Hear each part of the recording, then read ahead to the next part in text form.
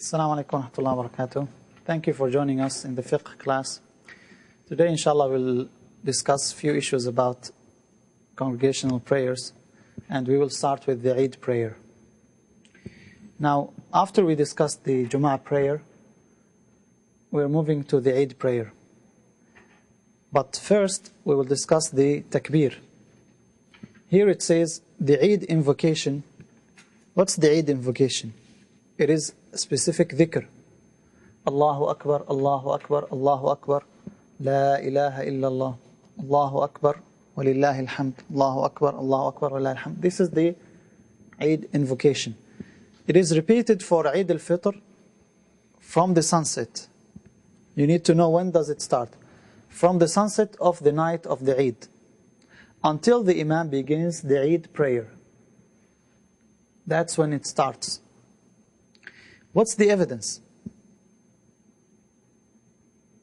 Now we're talking about the Eid that comes after Ramadan. It says it starts from the night of the day of Eid. That means if tomorrow is Eid, and how do we know tomorrow is Eid? When we see the moon. What if we did not see the moon? No, it is Eid. If we finished 30 days of Ramadan, we cannot have 31 days of Ramadan. So if we did not see the moon, and the next day is Ramadan, that means automatically at the end of the day, it is the night of Eid. That's when you start the Takbir. Or if you saw the moon, and then you start the Eid, the Takbir of the Eid. What's the evidence? Allah said in the Quran, when He talked about the Siyam, ثُمَّ لِتُكْمِلُ الْعِدَّةِ, then to continue the iddah, the fasting. وَلِتُكَبِّرُ اللَّهَ عَلَى مَا هَدَاكُمْ, and to mention the takbir. So it is in the Quran. So you do the takbir. Many people, they think that takbir only starts before the prayer. And many people, they do the takbir only in Eid al-Adha, while actually it is in Eid al-Fitr. It starts at the end of the day, of the last day of Ramadan. It starts at the night of the Eid of Eid al-Fitr. When does it stop? When the Imam begins the prayer. And for Eid al-Adha, this is the second Eid, it starts after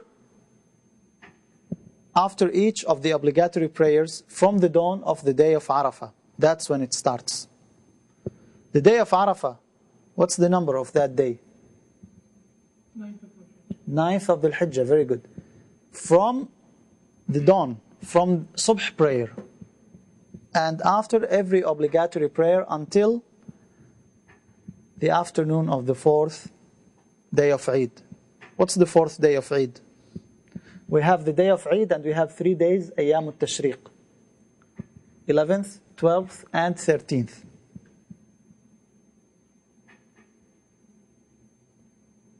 So how many days in total do we have? 5 days. 5 days. If you calculate the prayers, how many prayers you do the takbir? How many obligatory prayers? 5 prayers? It is 1 day only? 25. 25 if it's full 5 days. It's not full 5 days. When does it end? Asr. Asr is the last one. So it is 23. 23 prayers. This is according to the Shafi'i school of thought. Some scholars, they differed. But again, we're discussing now only the Imam Shafi'i's madhab, rahimahullah. So for Eid al-Fitr, it starts from the night of the Eid until the Imam starts the prayer. Eid al-Adha, it starts from the dawn of Arafah and after every obligatory prayer until the Asr prayer of the last day of Tashriq. Now if I ask you, when does Takbir start and end in the Eid? First you have to ask, which Eid? Exactly, because it's different. The other type of prayer, which is eclipse prayer. Eclipse prayer.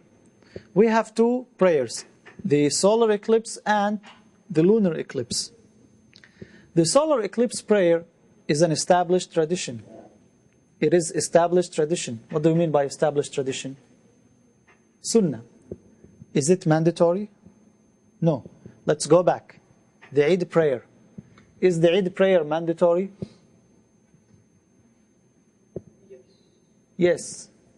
Very good. Eid prayer is mandatory. But that's not what we said yesterday. It seems you are studying very well. Exactly. We just said that the congregational prayer, the Eid prayer are established sunnah. So it is sunnah. The same thing for the eclipse prayer. It is established tradition of the Prophet ﷺ. If its designated time passes, it shall not be made up. What's the designated time for the solar or the lunar eclipse prayer? Yeah, when the time there is eclipse. That's the time of it. It could be 4 o'clock, it could be 5 o'clock. Once there is no eclipse anymore, that means the time has elapsed, so you don't pray. But if, let's say, people prayed in congregation and you came late, they already prayed, and still the eclipse is there, can you pray? Yes, you can. You can. After each of the solar eclipse prayer and the lunar eclipse prayer, 2 sermons are given. 2 sermons are given. This is like which prayer? Jum'ah prayer. We pray and then we give 2 sermons in Jum'ah. Right? You don't. Sermon and then you stand up. And one sits down and then stands up. But we already prayed. Allah. It seems, when was the last time you prayed Jum'ah? Jum'ah Salat. So it is the opposite of the Jum'ah prayer, the eclipse prayer. It is like Salatul Eid, exactly. You pray first and you give 2 sermons. One should recite in his heart during the solar eclipse. So in the solar eclipse, you recite in your heart. Why? Because it's a day prayer. And loudly during the lunar eclipse prayer. Why do you give 2 sermons on the eclipse prayer?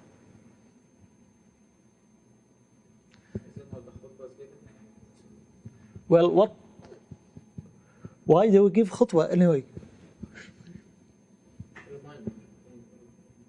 Did the Prophet ﷺ do it? He did it when his son died, Ibrahim. So the Prophet ﷺ told the people that the sun does not eclipse for the death of a human being. Sun and moon, they are signs of Allah subhanahu wa ta'ala. So they said this is an evidence that you give a sermon. When do you give it? Before or after? The Shafi school of thought, you give it after. You pray first and then you give the sermon. Rain prayer. Salatul Istisqa. The rain prayer, invoking Allah for rain, is performed similarly to Eid prayer. What do we mean by Eid prayer? Which means you pray first and then you give the khutbah. That's what we mean. One makes takbirah 7 times in the first rak'ah and 5 times in the second rak'ah. So you say Allahu Akbar. Allahu Akbar how many times? 7 times. Why? They said it is like Eid prayer. Other scholars, they did not say that. They said it's only 2 rak'ah, regular rak'ah.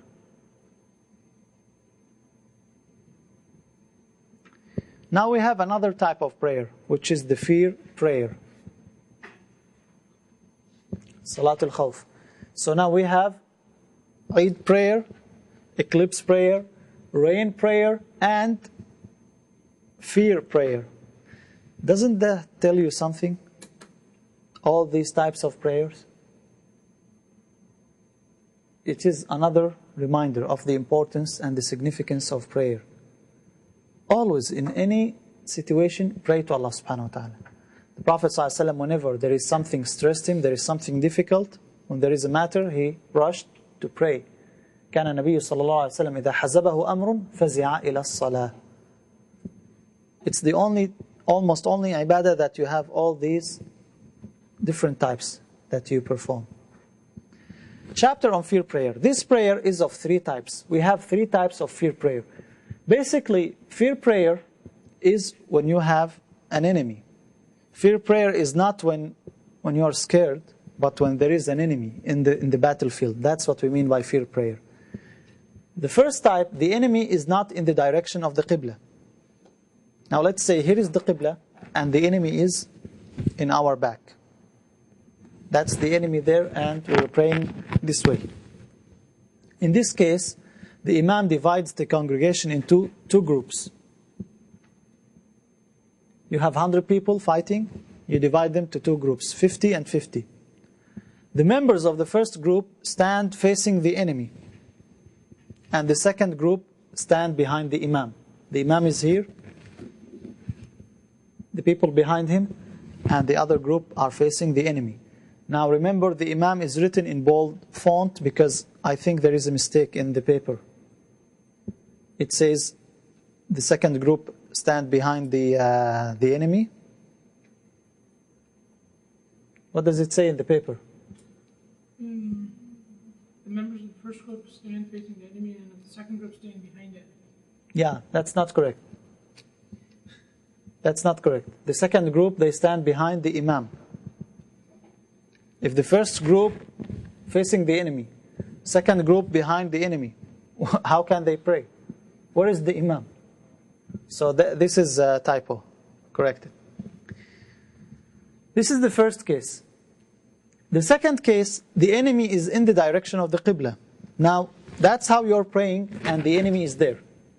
I will not really discuss it a lot because, unfortunately, nowadays, jihad is almost absent.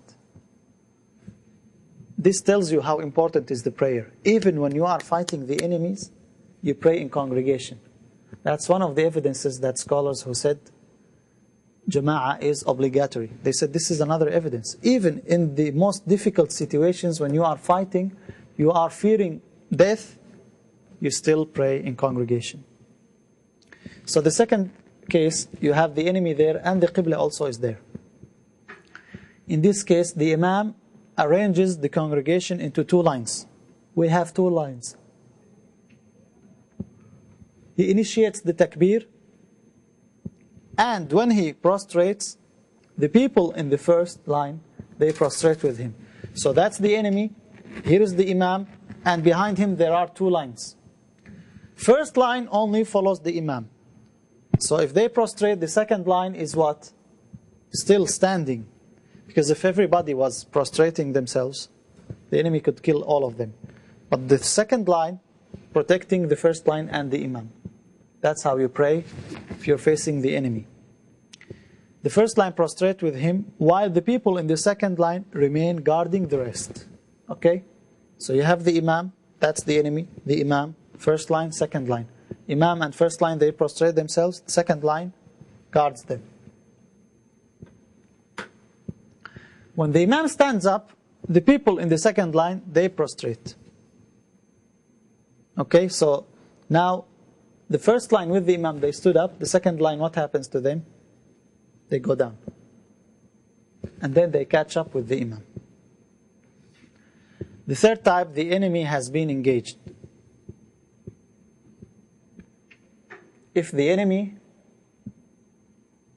was in combat with the Muslims, you are fighting and there is someone there, what happens here? You pray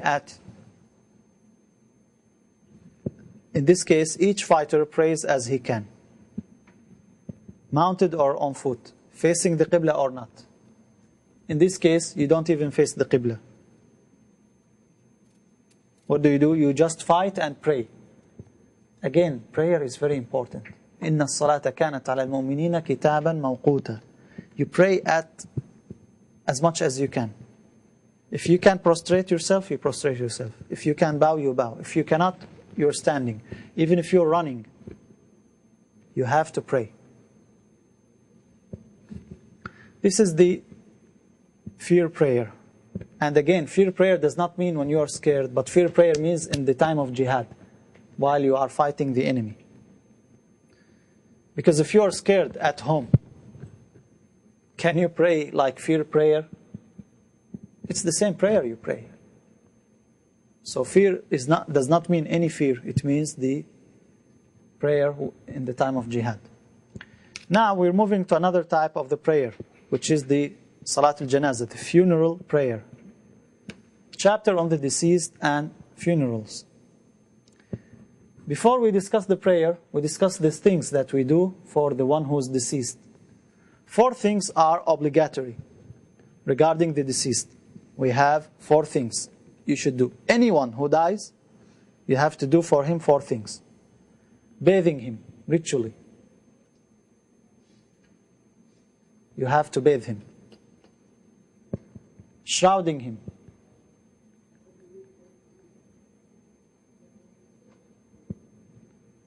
Performing prayer, which is the funeral prayer. Burying him. How many things? 4 things. Bathing, shrouding, performing prayer, and burial. This is for every Muslim, male or female, old or young. 4 things. However, we have 2 types of deceased are not bathed or prayed upon.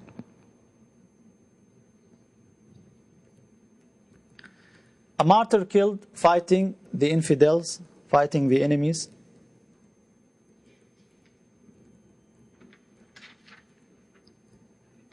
You don't bathe him and you don't pray upon him. The martyr, you don't pray for him. Why? Because basically prayer is what? It's dua. You're asking Allah subhanahu wa ta'ala to forgive this deceased person. But the martyr is already forgiven. He's promised from Allah subhanahu wa ta'ala to be forgiven. So you don't pray the janazah prayer. That's the sunnah of the Messenger sallallahu alayhi wa sallam. You don't bathe him also. Because again, bathing is to clean yourself. You're cleansed now. You're facing Allah subhanahu wa ta'ala. And the martyr is already cleansed. So what do you do for the martyr? You just shroud him and you bury him. That's only for the martyr that dies in war. Yes. Again, a martyr killed fighting the infidels.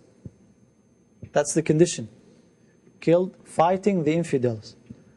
What if someone died, he was killed fighting rebellious Muslims? He was commanded by the Muslim leader to fight the rebellious Muslims, other Muslims who rebelled. Like in the time of Ali radiallahu anhu and Muawiyah. Both parties, they were correct, they were mujtahidun. Some of them were, the group of Ali were correct. That does not mean any one of them was killed. He's a martyr in the sight of Allah subhanahu wa ta'ala. He will be rewarded, but not like a martyr who was killed fighting the infidels. You have to be fighting the kuffar. Yeah, because we have other types of martyrs, like the drowned people, the people who were burned, the one who died because of his tummy, because of abdominal disease. He's shaheed, al-mabtun al-shaheed, the Prophet ﷺ said. But he is in the reward, not in the same exact rulings. The second type that you don't bathe, you don't pray the janazah, a stillborn fetus. A stillborn. Which means it was born dead. But if a baby was born alive, even for 1 second, 1 minute, and then he died or she died, you pray the janazah.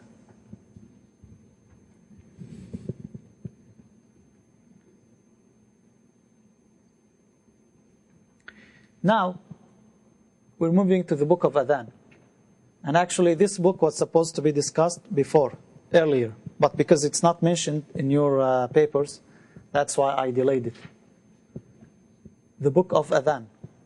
We mentioned that Adhan and Iqamah, they are recommended acts before the prayer. 2 things are recommended, Adhan and Iqamah. What's the meaning of Adhan? What's the meaning? Linguistically. Call to pray. Call to prayer.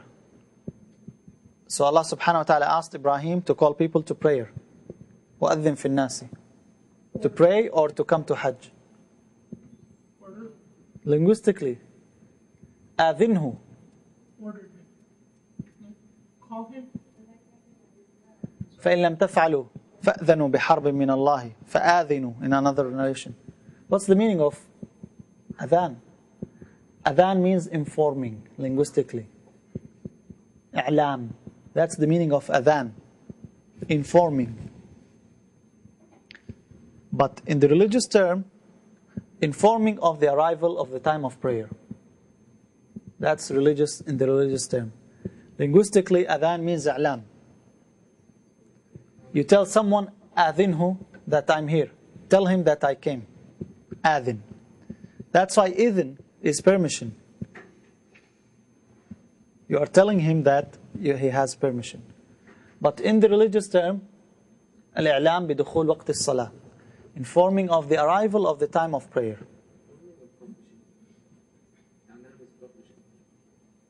Publishing is, no, it's different. To tell. Telling. How do we perform the adhan according to the Shafi'i school of thought?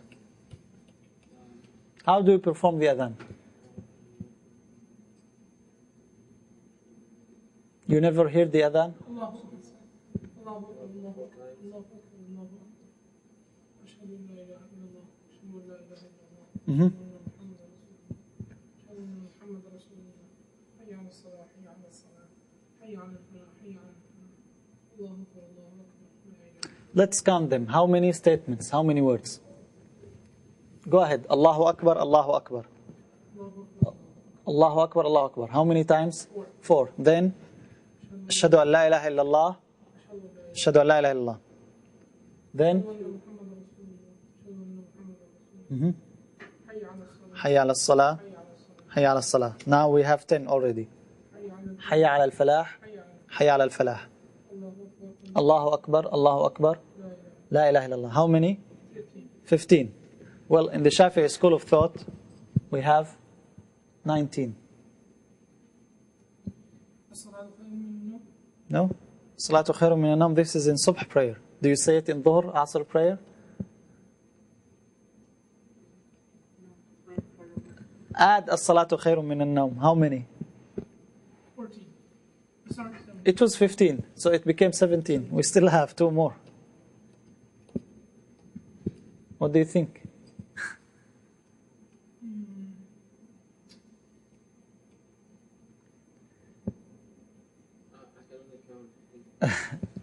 Yeah, 15, what most of the people know. In the Shafi'i school of thought, it is 19.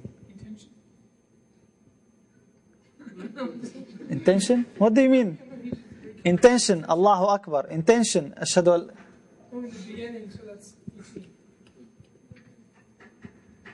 No, that's how they say it. Allahu Akbar, Allahu Akbar. Allahu Akbar, Allahu Akbar. Ashhadu an la ilaha illallah. Ashhadu an la ilaha illallah. Ashhadu anna Muhammadan Rasulullah. Ashhadu anna Muhammadan Rasulullah. Ashhadu an la ilaha illallah. Ashhadu an la ilaha illallah. Ashhadu anna Muhammadan Rasulullah. Ashhadu anna Muhammadan Rasulullah. So it is 15, but you add 4 more. This is called tarji'. Tarji' means you say back. First you say, Ashhadu an la ilaha illallah, very, in very light voice. Ashhadu an la ilaha illallah. Then, Ashhadu anna Muhammadan Rasulullah. Ashhadu anna Muhammadan Rasulullah. And then you say it aloud. Ashhadu an la ilaha illallah. Ashhadu an la ilaha illallah. Ashhadu anna Muhammadan Rasulullah. Ashhadu anna Muhammadan Rasulullah. So it is the same adhan you know, but you add these 4 things. You say them. Why? How about asking you to do this as a homework? This is the homework for Bazigha and Juhi only. This is the homework for Bazigha and Juhi. And the same due date. Okay? Why the Shafi'i school of thought only? They said it is 19. instead of 15. What's the evidence? There's a hadith Prophet mentioned that would Fine, where is it? Okay, words of iqamah. How many words of iqamah? How many statements of iqamah? 11.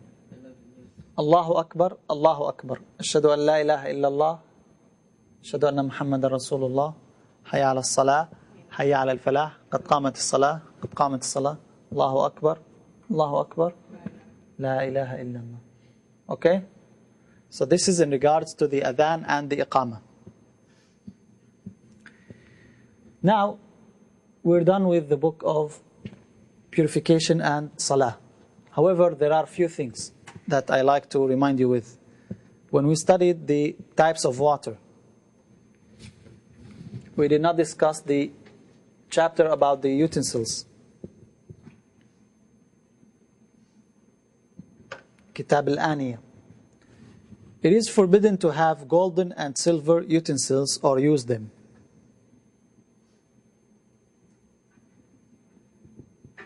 So only possession is forbidden, plus using them. Someone has a vessel of gold. It is forbidden to use it or to possess it. Why? The Prophet ﷺ mentioned that these are for the kuffar, and it is for the Muslims in the Day of Judgment. The Prophet ﷺ said, whoever drinks in the utensils of gold and silver, he's drinking actually boiling water. He's drinking fire. So it is forbidden because of the hadith. What's the wisdom? Some scholars said because other people, there may be poor people, and that will break their hearts. They will not feel good about it. So you should not make them envious. Yes. There is, I understand in silver and water, but there is some glasses made out of glass. Yeah. They're more expensive. Yes, this is the question. Now, there are some glasses are made from some metals, some minerals that are more expensive than gold and silver. Even from glass, that's more expensive than... From glass? Why? What makes them so expensive? For an example, brands like Mikasa and stuff like that, Japanese, very fine glass. The glass itself is more expensive than... I'm asking because those are available in places that... Really? This is the first time I hear that there is a glass more expensive than gold. No, not gold, silver. More than silver. Yes. Yeah, what's the ruling? That's a good question. What do you think? What if a glass made of platinum? Well, the Prophet ﷺ said gold and silver. Yes. But the purpose is how much does it cost and people are in need of it. Mm-hmm. And you make them envious. So what do you think? Is it forbidden? According to Hadith, no, it's not forbidden. According to Hadith, it's not. Why? He specified. It's gold and silver. What if it's made of diamond? It's maybe 20 times or 100 times more expensive than gold, right? So can you drink or not? In the Shafi'i school of thought, you can. Because if the Prophet ﷺ forbade more than gold and silver, he would have mentioned that, or he would have said, and the like of it. He mentioned only gold and silver, in particular. Again, what's the wisdom? Maybe this is true, maybe it's not. But since he mentioned only silver and gold, these are the only two things that are forbidden.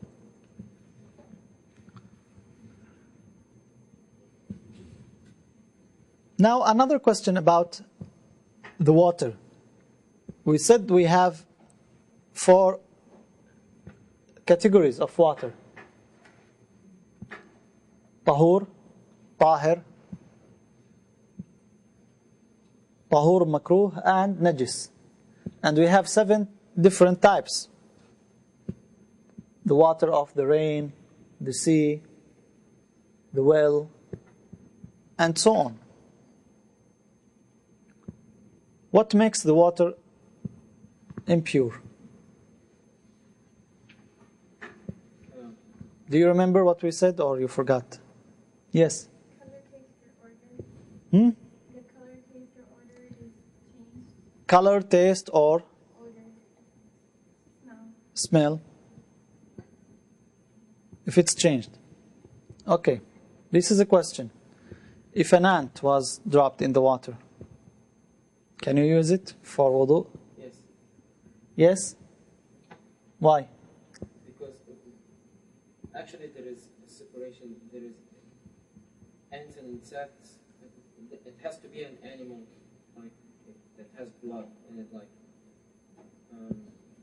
dead rat or dead dog or Mm-hmm. some. But ants or a fly or something like that, yes, you can. You can. Ant, fly, mouse, Mouse, no. elephant.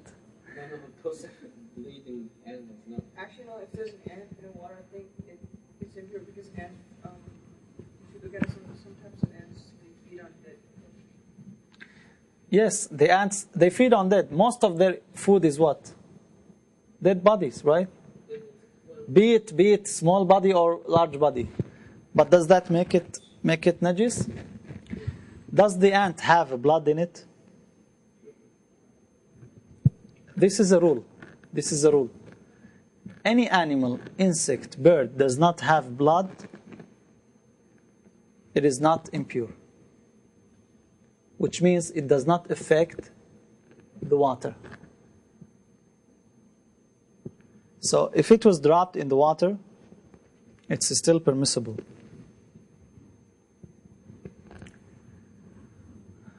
But what about the mouse? If a living mouse drank from the water and left, can you make wudu from that water or not? I know it's not, but I can't remember the reason. You know it's not. Special about the mouse. What is special about the mouse? People like it? There's something about it that they're impure. About the mouse? Mouse or a rat? What do you think? I mean, because the saliva of the animal Saliva of the animal is what? is tahur.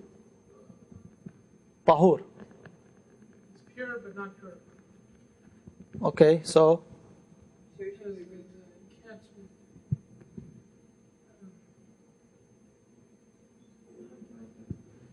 would, again, we don't want to waste more time. We're behind schedule. If a mouse drank from the water and left, can you use this water for wudu? The answer is yes, you can. What are the animals that are not pure? In general, all living animals are pure, except two: dog and pig. Except dog and pig. What if a dead mouse was in the water? Can you use the water? All animals are when they are dead, they are impure. All animals, when they are dead, they are impure. So you cannot put a dead animal in the water. However, not all water, like if you have a sea, It's running water. That's the running water, even if it's stagnant water, and it is over 2 qullatayn, remember the quantity we mentioned? If it did not change the smell, the taste, the color, then you could use it. If it changed, then you cannot use it. 50 gallons of rice. Yeah, 50 gallons almost. Is this clear? Okay.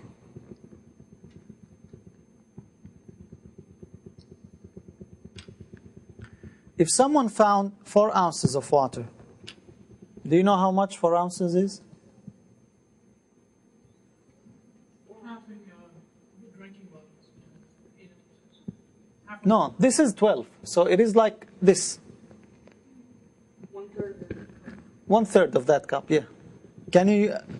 It will never be enough for your wudu. What do you do? Tayammum. What do you do with this water? Drink it. What's the question? Can we do wudu with it? Yeah. What do you do? One time each? Possible? Do it one time each. If you take this water, maybe it will not be enough to wash your face. Too little. What do you do? You have very little amount of water. What do you do? You save it for drink. Just do tayammum. If that's all what you have. If you need No, you have drinking water, but this is for wudu. Should just Allah, I'll use the drinking water, Sheikh. No, if you use the drinking water, you may lose. Okay, I'll do tayammum. You do tayammum and you ignore this water? What? Use as much as you can. Exactly, that's what you do. You use as much as you can. You do this water until it's over. And then you do tayammum. Why?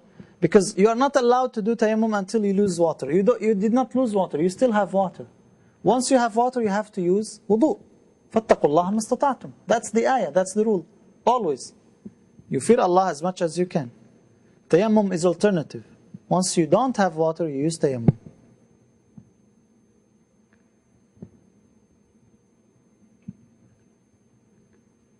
Now the Prophet ﷺ, do you know what's the amount he used to use for his wudu? Exactly. 2 handfuls, like this. 2 palms actually, that's all. 1, 2 hands full of water. That's what he used for his wudu. Only. Which is like less than full cup. And for his ghusl, for his shower, صاع 4 handfuls. كان يتوضأ بالمد ويغتسل بالصاع. صاع is like maybe 50 ounces. So it's like, you could say half gallon or less. Less than half gallon maybe. 2 liters or less. Would he use soap? They did not have soap at their time. They used to have like the leaves, cedar, some nice. So that's what the Prophet ﷺ used to use. Nowadays, people, they spend lots of water on the wudu. They think it will not be perfect until they use that much water.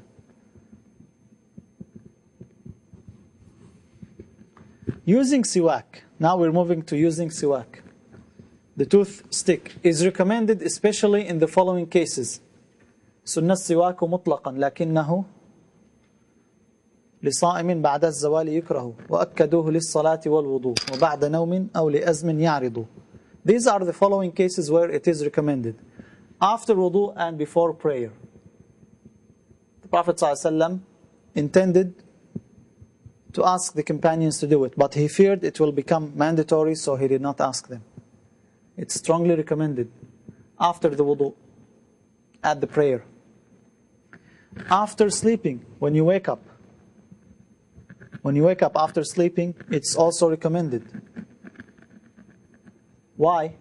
Because I don't think you have a good smell when you wake up, so you change that by using the siwak. If the person have halitosis, or what they call bakhar in Arabic, he has bad breath.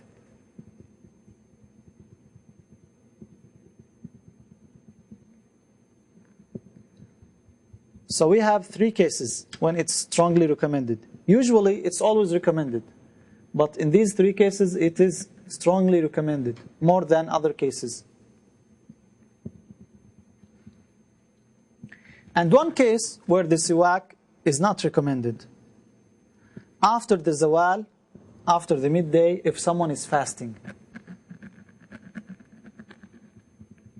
This is in the Shafi'i school of thought. Other scholars, they disagreed. But in the Shafi'i school of thought, if you're fasting after the zawal, it's not recommended to use the siwak. Why?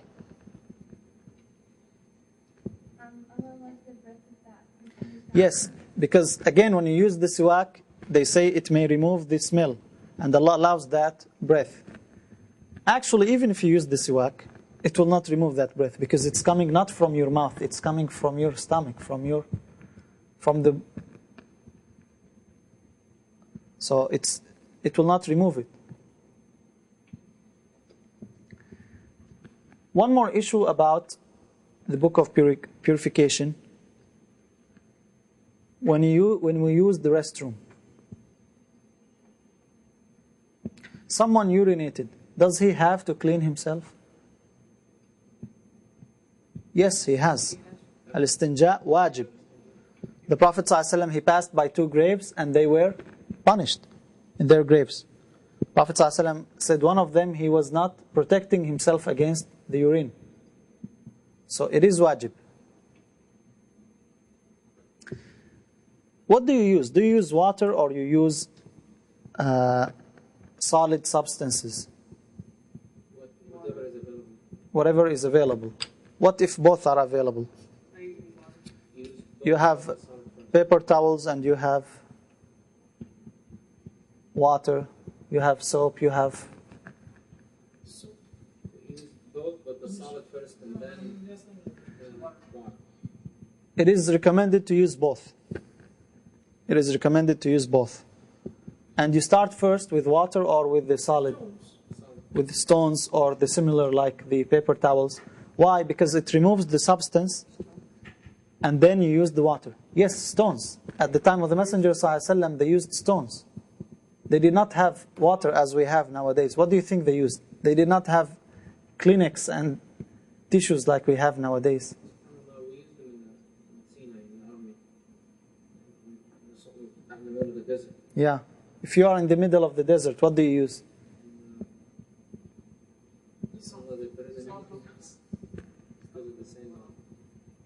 Yeah, so you use both. وَالْجَمْعُ أَوْلَى وَلْيُقَدِّمِ الْحَجَرِ وَالْمَاءُ أَوْلَى وَحْدَهُ إِنِ اقْتَصَرَ. If you wanted to use one of them, it's better to use the water. Because water removes the substance and the trace. Can you use one of them only? Let's say someone does not have water. All what he has is paper towel, Kleenex, tissues. Yes, you can. So it is sufficient to use stones only. 3 different stones, not the same stone. 3 different stones, yes. The minimum, it should be 3. Does it have to be 3 different stones?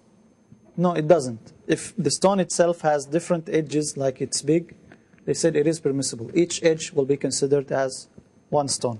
But if it's 1 stone small and it doesn't have edges, it is 1 stone.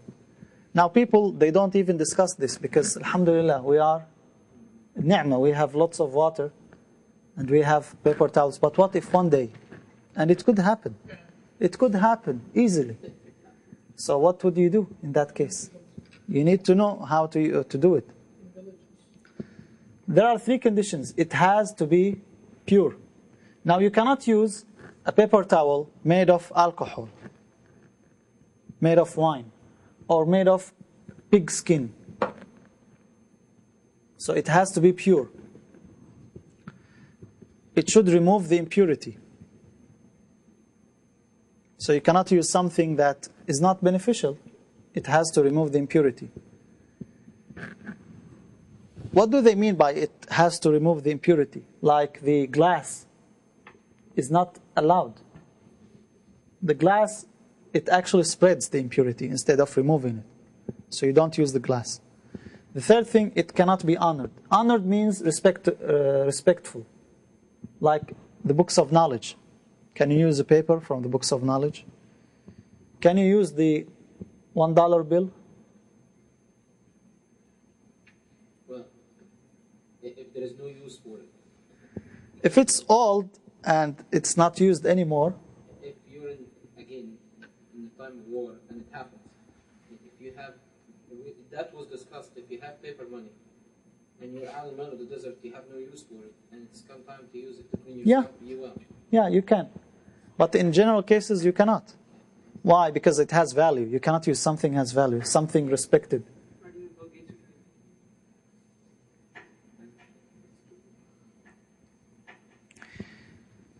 It is forbidden to face or turn your back to the Qibla in the desert when you relieve yourself. In the desert. If you are in the desert, in the open area, not only the desert, but any open area, even it's the park, anywhere, you needed to answer the call of nature, and this is the Qibla, the direction of the Qibla, you don't do it that direction. Nor you turn your back. You have to go east or west. What if it's in the building? If it's inside the building, it is permissible. That's the opinion of Imam Shafi rahimahullah. We have 7 opinions in this issue. Scholars have 7 opinions. Some of them they said it's forbidden everywhere, whether it's in the desert or in the building. Some of them said it is forbidden to face the Qibla, but you can turn your back. So we have 7 opinions. But the opinion I want you to know, at least for now, that in the building it is permissible. Outside, in the open area, you cannot face or turn your back to the Qibla if you're answering the call of nature.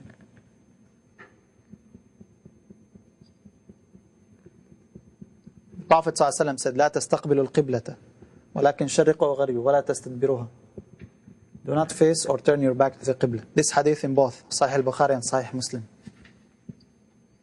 Now what if someone has a disease? He always have some drops of urine, or he's always bleeding from the genital. Always. What should he do? The one who has enuresis performs wudu for every prayer. That's what you should do. You perform wudu for every prayer. Or someone who passes gas continuously, every 10 minutes. This is a disease. So what do you do? Someone came to you and asked you, what should I do? What do you tell him? He needs to perform wudu on every prayer. If he performed wudu and this happened, he doesn't have to repeat the wudu again. Because if you tell him he has to repeat the wudu, he may repeat the wudu 10 times before the prayer. And this is too difficult. Because he might pass gas during the prayer. Yes, even during the prayer, he might pass gas because he's sick. So what do you tell him? This is fiqh, you need to know. With this, inshallah, we will conclude our session.